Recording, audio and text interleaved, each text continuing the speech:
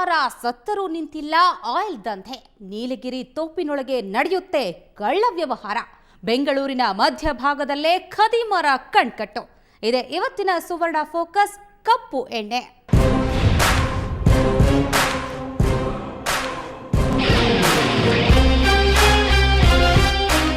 ನೇರ ವ್ಯವಹಾರ ಮಾಡೋರಿಗೆ ಒಂದು ದಾರಿ, ಆದರೆ ಕಳ್ಳ ವ್ಯವಹಾರ ಮಾಡೋರಿಗೆ 108 ದಾರಿ.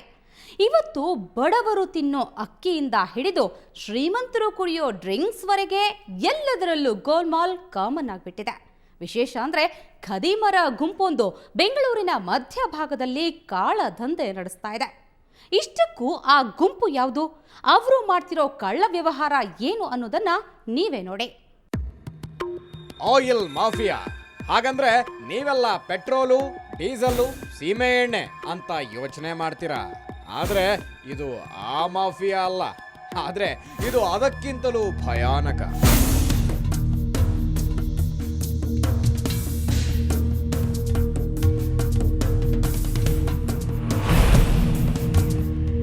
ಅದನ್ನ ಬಯಲಿಗೆಳೆಯೋದು ಕಡಿಮೆ ಸಾಹಸನೂ ಅಲ್ಲ. ಇದು ಜೀವನವನ್ನೇ ಪಣಕ್ಕಿಟ್ಟು ಮಾಡಿದ ರಹಸ್ಯ ಕಾರ್ಯಾಚರಣೆ.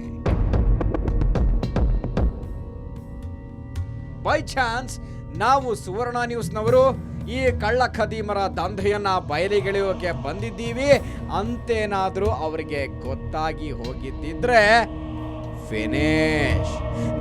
ನಾವು ಯಾರು, ಎಲ್ಲಿಂದ ಬಂದಿದ್ವಿ, ಇಷ್ಟಕ್ಕೂ ಈ ಜಗತ್ತಿನಲ್ಲಿ ನಮಗೆ ಅಂತ ಒಂದು ಐಡೆಂಟಿಟಿ ಇದೆ ಅನ್ನೋದು ಕೂಡ ಗೊತ್ತಾಗದಂತೆ ಮುಗಿಸಿ ಬಿಡುವ ಖದೀಮರ ಜಾಲ ಇದು.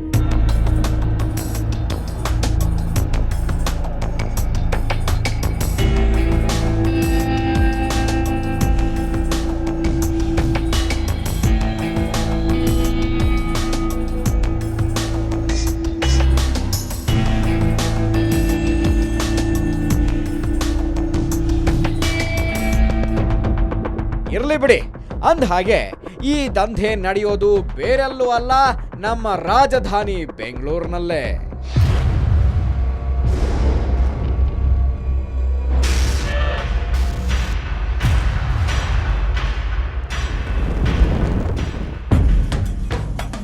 ಇವರು ಕದ್ದು ಇಳಿಸ್ತಾ ಇರೋದು ಆಯಿಲ್, ಫರ್ನೇಸ್ ಆಯಿಲ್.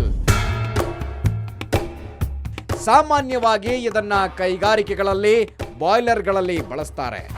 ಅಂಥದ್ದೊಂದು ಜಾಲ ಬೆಂಗಳೂರಿನಲ್ಲಿ ಭಯಭಕ್ತಿ ಇಲ್ಲದೆ ನಡೀತಾ ಇದೆ.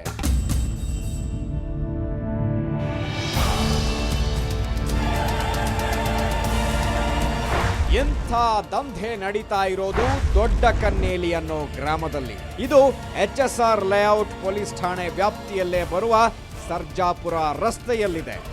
ಮಂಗಳೂರಿನಿಂದ ಬರುವ ತೈಲ ಟ್ಯಾಂಕರ್ಗಳಿಂದ ಇಲ್ಲಿ ಫರ್ನೇಸ್ ಆಯಿಲ್ ಕದಿಯಲಾಗುತ್ತೆ.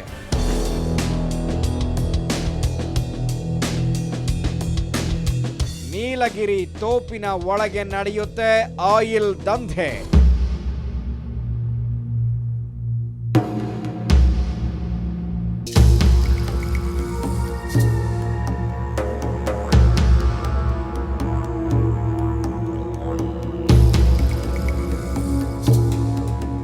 ಏರಿಯಾದಲ್ಲಿ ಗ್ಯಾರೇಜ್ಗಳಿವೆ, ಹಳೆ ಪೇಪರ್ ಗುಜರಿ ಅಂಗಡಿಗಳಿವೆ, ವೆಲ್ಡಿಂಗ್ ಶಾಪ್ಗಳಿವೆ.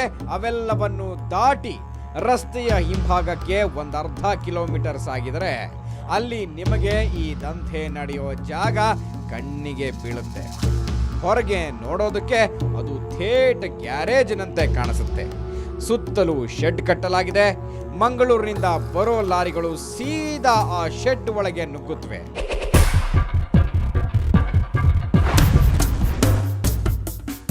ಒಟ್ಟು 3 ಶೆಡ್ಗಳಿವೆ. ಗ್ಯಾರೇಜ್ನಂತೆ ಕಾಣುವ ಈ ಶೆಡ್ಗಳ ಒಳಗೆ ನಡೆಯೋದು ಈ ಫರ್ನೇಸ್ ಆಯಿಲ್ ದಂಧೆ.